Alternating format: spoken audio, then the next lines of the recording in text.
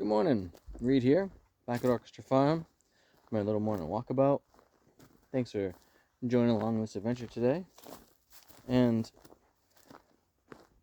with that, I usually say this for but it would be super helpful if you could like or share or subscribe to this channel, because it really goes a long way to help supporting, and it's it's one of those no-cost things. Also, if you want to come visit my website, I have it back up and running, and this weekend, which will be, this video comes out in the future from where I stand, but it'll look better than it does today.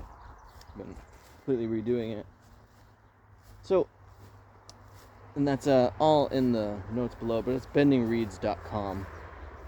And, I really want to go check out the sea buckthorn today. I'll get over there first.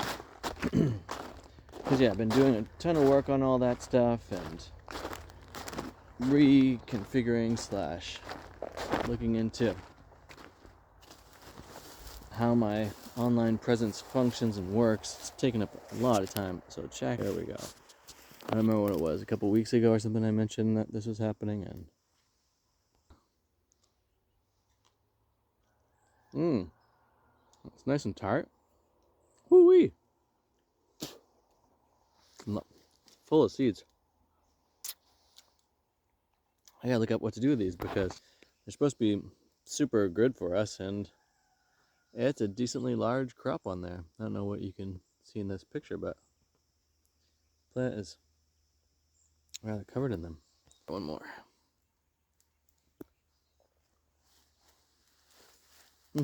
Nice and tart. Not a great flavor. It's supposed to be super good for us. And the plant itself is supposed to, if I recall correctly, help with nitrogen and such. And I haven't walked across these tops yet. There's a bunch of water there, and it's definitely feet. Look at all that extra standing water. Let's really get this cart out of here. It's here for sure to think about growing food and all that. Anyway, also excited because the blueberries are definitely on. I'm going to plan to stick around and work after today and harvest some of those along with the elderberries, which that's what I really want to see for this place. I mean, the squash patch does pretty well, but it's just too cool. We're in a frost pocket down here, and so things like tomatoes, which these greenhouses are for, really just thank you, blueberries. Doesn't work. We should have, it's middle August, just about. Those are so good. We should have had a month of tomatoes already. Look at those big pumpkins, huh? There's a bunch of them. That's great. And I guess what I'm thinking about today is that notion of like where things grow best. And I mean that even for ourselves. What do we need to fully thrive and be our whole selves? Now, right now, I share my office den space with my eldest daughter, whose bedroom is actually in the loft just above it. And I am completely grateful that I have a space at all. And it's not ideal for a multiple of reasons, but as someone who wants to be creating music at whatever hour of the day, frankly I go to bed so it's not super late anymore, but even in the morning when I get up, I'm up before pretty much everybody in the house, and even that's a nice time to be doing things like that, but I don't want to be waking people up. So the notion of, in my ideal world, I have something of a separate studio den space to go to so that I can, fully function at whatever level I want, need, feel like. And, to a degree, that's okay that it doesn't exist in this moment. And, for my family, we like people and like to see people, and where we live, it's supposed to be a community, but the reality is we hardly ever see anyone that we live with. We have to leave our house and walk around the land to make that happen. And you might be saying something like, yeah, well then do that more. But as someone who's lived in a place where people walked around more and there was more shared spaces that you would naturally flow into, it, it's nice when you're not always one having to leave the house to do it. And in that same way,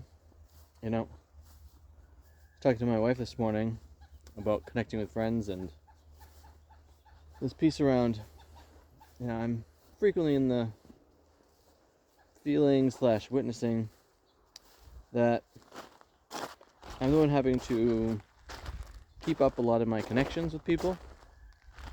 So if I want to see people, I need to reach out to them and communicate that I want to do that, and then probably have a follow-up, reminder that we plan to get together. And thankfully I can say that's not with everyone, but it feels like the vast majority of people in my life. Now, I don't know, these are still so good, the Jostaberries. I know, 2025. I know. Most people are like in their phones or on the screen, and that's good enough for them or whatever. But that's not me. That's not good enough for me. And with that, this piece around, I don't want to feel like I'm having to manage relationships. I've got 3 kids. That's a lot to manage right there. And, when I'm doing business things, I make my agreements. My clients don't, generally speaking, need to recontact me to make sure that I come and do something. And when I was younger and had more time for friendships, my imagination says that there is some mutuality around contacting each other to get together, or saying like, hey, such a thing is happening and come on out. So maybe I'm just becoming a jaded old person. It's possible. My wife is saying, you're almost 50. Maybe you're just entering in a different phase of life compared to everyone around you. Maybe that's true. I don't know. I've never been this old before. But it's a curious and fascinating thing. Now, let's check this out for a second. Right there. That's a hazelnut. That one's looking okay. And right up here, look at this one with its curling leaves. Let's see, can I zoom in on that? See how those leaves are curling in? That one does not look nearly as happy. Now, the pecan right there, oh, that wasn't fine. Let's zoom back in. It's looking good. Let's see if we can get it. The pecan over there looks fantastic. I am literally standing in a super low point here, and the little hazelnut is actually in a partial mound. I planted it in I can't call it a hugel space because I didn't bury any of the wood stuff, but I just kind of stuck it in with that, and it's looking better than the other ones. But right through that area I just walked is one of the lowest points on the farm, besides that other point where I was just at with all the water on it. But that curiosity of where are we in life, and what does it take to maintain relations, and recognize a resignation of fine, I will put in the extra effort for relationships because I care about them.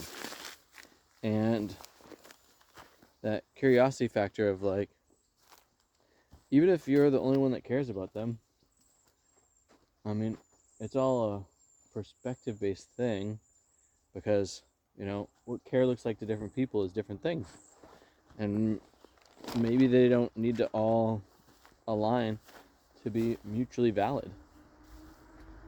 And the key for myself is not harboring that into the relationships, so that each one can be what it is on its own terms. And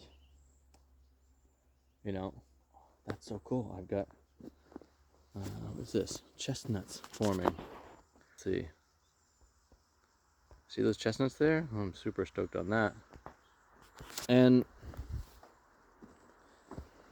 with that, still need to be mindful of, like, you know, are these relationships good for me? But for the most part, most relationships are. I mean, it's hard.